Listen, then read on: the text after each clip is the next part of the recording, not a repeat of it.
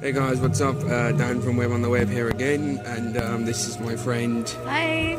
I'm not going to mention the name for copyright reasons. No, that's Kira. We're sitting here in the auditorium, getting ready to watch Doctor Strange. Finally, we've been waiting for this for a long In the time. IMAX in a while. And you didn't want to come because you thought it would be a waste of money. I actually thought it'd be a total waste of money. Now that I'm here, and you can like rock back and forth in these seats are fucking amazing. I'm gonna go. The only thing they're missing is they're not heated. I can heat the seat up for you if you want. Oh, this is nasty. Alright guys, to give you just a little view of the cinema now, so I'll give you my thoughts and opinions after. Hey guys, what's up? Welcome back to Web on the Web. It's Dan here, and today I'm looking at a film that I've been looking forward to for a long time now, ever since it was actually announced. Doctor Strange, the latest film in the MCU, Marvel Universe. So, how does it rank up against the others? Let's find out, shall we? We'll start with the story.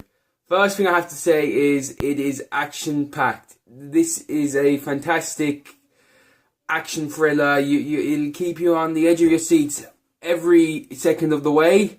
There are a few downtime moments, you know, where it's like we're trying to focus more on the character than the action, and that's great as well. I love that. And it's like a nice balance of action and character moments, especially with this character, who is one of the more famous ones in the Marvel comic universe. Don't know if he's more famous to like a mainstream audience, but I personally know that I knew him from my youth, not from reading the comics. I only got into reading comics and all that stuff when I got older, from seeing him in different incarnations. I saw him in the Spider-Man cartoon. He was in an episode of that, and he was great in that.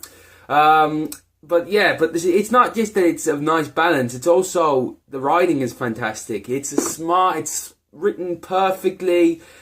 It's really enjoyable. It's humorous. It's dramatic. It's funny. It hits all the beats, really, all the beats that you wanted to hit. And I think it was quite difficult, to be honest, to undertake this project. There is a lot to the Doctor Strange mythos that some people might not think would, adapt into a film easily. But Scott Derrickson, the director, did it well here, and he did it damn well. If I had to say something negative about the story, though, I have to say that it's a little bit derivative of, say, other films like Iron Man or Batman Begins, in that it's based in a temple up in the mountains where he goes to learn from a secret group of people with mystical powers.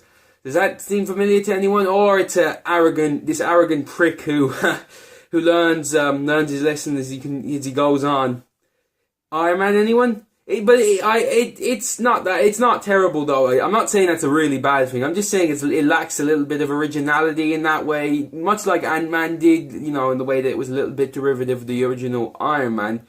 But other than that, like, the story is actually really well written, and I enjoyed it. This is my favourite part of it, though, the performances. Cumberbatch as Doctor Strange. What can you say other than he is Doctor Strange? Cumberbatch embodies everything that is Doctor Strange. The arrogance, the prickishness, but also the inner weakness, his what's the word? Insecurity. He's so insecure about himself that he feels he has to learn everything or he'll be left behind. And also he feels that when he loses his hands in the car crash, he feels that that's all he can do, which of course we know is not. And he learns that as he goes on. And Cumberbatch puts in a fantastic performance, and I can't wait to see him in the rest of the MCU. Tilda Swinton as the Ancient One, though, she surprised me. I didn't think she was going to do much, to be honest, but she was fantastic. She's really funny. She's great as like a mentor type character. It really is. She's the Batman to Doctor Strange, who in this film starts as Robin, but then turns into Batman himself. Sorry, I know it's the wrong universe, but I like Batman. What are you gonna do? I like Batman. But anyway, Tilda Swinton was great. The Ancient One. If I had to give like my least favorite performance in the film, I'd probably have to give it to Rachel McAdams as Christine Palmer, Doctor Strange's love interest. It's not that she's terrible in it. It's just she's a little bit wooden.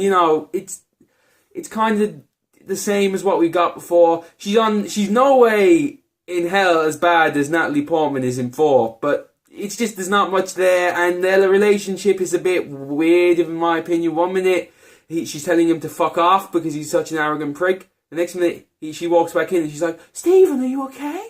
It's like, it's not really believable in that way, and that's where it kind of fell down for me. But of course, if you've seen the trailers, you want me to talk about the visuals. The visuals in this film are fucking crazy. Picture this: they went and they got an LSD slash heroin user off the street, pulled him in, and told him, "Go on there, you have $1 million, do whatever you want." And he came up with this psychedelic, batshit crazy stream of consciousness, abstract type, magical visual effects, and they look fantastic. And I saw this in IMAX, you know, the big ass screen, and it looks fantastic in IMAX.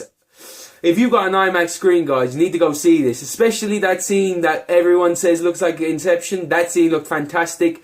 The sound was brilliant as well, and it's all wrapped up tightly in a nice little package, and you're going to love it if you watch it in IMAX. It's fantastic. The magical effects look great as well, you know. The spells being cast, they just look great. It's a really fun time, guys, and it's worth the extra money to see it in IMAX. So overall, as you can see, I'm quite enthusiastic about this film. Compared to Civil War, though, I still think Civil War is the better film, but it's not. It's still a great film on its own. It's Doctor Strange. I can't wait to see him in Infinity War, and I can't wait to see Doctor Strange 2. So, guys, overall, I'd give it an 8 out of 10. It was fantastic. It just had a few little problems, such as Rachel McAdams and also the derivativeness and all of that. But overall, this is a good film, and you guys should go out and watch it and support it.